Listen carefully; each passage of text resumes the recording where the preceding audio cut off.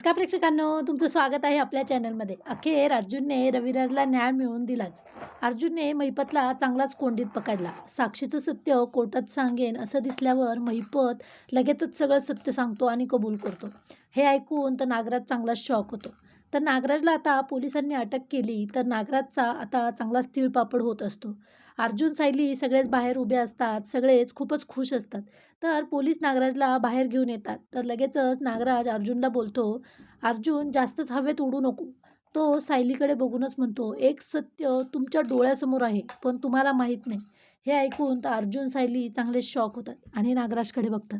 नागराज म्हणतो, पण मी सांगणार नाही. मी वाट बघेन ते सत्य तुमचा नाश करण्याची, तुमचं घर उद्ध्वस्त करण्याची. हे ऐकून तर अर्जुन सायली चांगलेच विचार पडतात.